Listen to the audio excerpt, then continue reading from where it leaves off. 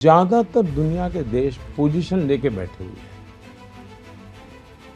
हम ही एक अकेले हैं जिसकी पोजीशन बहुत साफ है। हम किसी के पक्ष में नहीं हैं, हम शांति के पक्ष में हैं। और इसके कारण विश्व का विश्वास बना कि यही एक लोग हैं कि जो किसी को आर्म्स देने की भी बात नहीं करते हैं और किसी को लड़ाई न करने की भी बात नहीं करते हैं। अब मेरे में हिम्मत थी कि राष्ट्रपति पुतिन के साथ बैठ के आंख में आंख मिला के मैंने कहा था कि this is not the time for. Global focus बहुत बढ़ गया है और अपेक्षा भी बढ़ गई है, क्योंकि ये समांतर लोग आज कह रहे हैं कि all over the world there are very few people who can match the experience and the stature of Narendra Modi as the leader of the world's largest country, largest democracy with a lot of experience. तो एक जिसको कहते हैं स्वीकार्यता यानी कि global acceptability Narendra Modi ji की बहुत बढ़ गई है। अब मैं जैसे यूक्रेन की बात कही तो आपको इनविटेशन वेस्टर्न ब्लॉक ने भी इनवाइट की है, जो ये पीस समिट होने वाली है यूक्रेन में। उसके बाद G7 समिट पे आप जाएंगे तीसरे कार्यकाल में, और उसके बाद इमीडिएटली उसके बाद आपका एनुअल समिट रशिया के साथ भी है, जिस पर जयशंकर जी ने पिछली बार पुतिन जी को कहा कि अगली बार प्रधानमंत्री जी आएंगे, इस बार व्यस्त नहीं आ पाए। तो एक फीलिंग होती है कि मॉस्को हो या वॉशिंगटन हो या लंदन हो, Narendra Modi can play a role as a very acceptable global mediator on global conflict and issues like this between different sides. या शायद मीडिएटर ठीक शब्द नहीं होगा प्रधानमंत्री ji, to reduce global tension, maybe ये this is a better way of putting it. तो इस पर मैं चाहता हूँ कि बिकॉज इट विल, इससे भारत का स्टैचर भी काफ़ी बढ़ेगा और बढ़ भी चुका है आपके कार्यकाल में। इस पर ज़रा आपकी राय क्या है? ऐसा है कि एक तो मैं बड़ी बड़ी बातें करूँ वो मुझे शोभा नहीं देता है और न ही वो उचित होगा।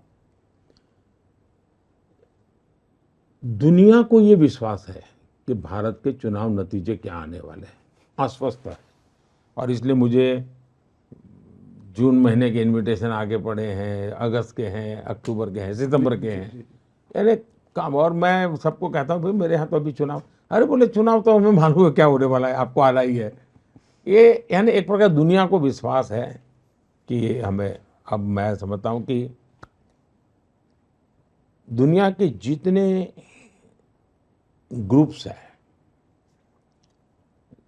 समूह जो बने हुए हैं जी, करीब करीब सभी समूह किसी न किसी रूप में भारत की उपस्थिति उस पर चाहता है। चाहे G7 है तो मेंबर, नहीं तो वो चाहते हैं कि हम भविष्य में, तो एक अच्छी स्थिति भारत की, उस प्रकार से हमारा स्थान बढ़ता जा रहा है। जहां तक कॉन्फ्लिक्ट का सवाल है, ज्यादातर दुनिया के देश पोजीशन लेके बैठे हुए हैं। हम ही एक अकेले हैं जिसकी पोजीशन बहुत साफ है। हम किसी के पक्ष में नहीं है, हम शांति के पक्ष में हैं। और इसके कारण विश्व का विश्वास बना कि यही एक लोग हैं कि जो किसी को आर्म्स देने की भी बात नहीं करते हैं और किसी को लड़ाई न करने की भी बात नहीं करते हैं। अब मेरे में हिम्मत थी कि राष्ट्रपति पुतिन के साथ बैठ के आंख में आंख मिला के मैंने कहा था कि this is not the time for war, जो ग्लोबल हेडलाइन बन गया था एक हफ्ते के लिए। तो भारत ने ये अपनी पोजीशन बना ली है और हम शांति के पक्ष में हैं। अब जिस समय अभी इजराइल में और हमास का जो चल रहा था जी, तो मैंने मेरा एक स्पेशल एनवॉय भेजा था इजराइल, और इस इजराइल को मैं समझाने के लिए भेजा था कि कम से कम ये रमादान चल रहा है, रमजान महीना चल रहा है, उस समय आप लड़ाई मत करो, किसी पर हमले मत करो।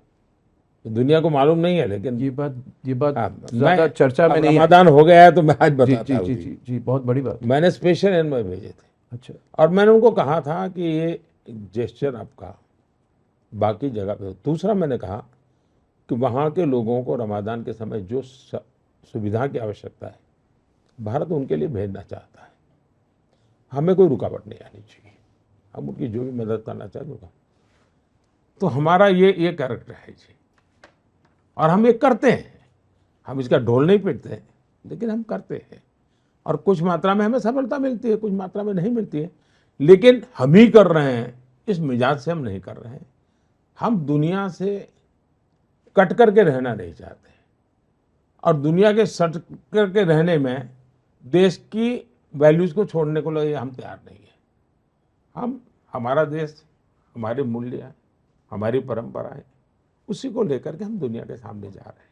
आपने जो बात अभी कही ये बहुत बहुत इम्पोर्टेंट बात है, लोगों को पता भी नहीं है, इससे एक तरह का अलग मैसेज भी जाता है।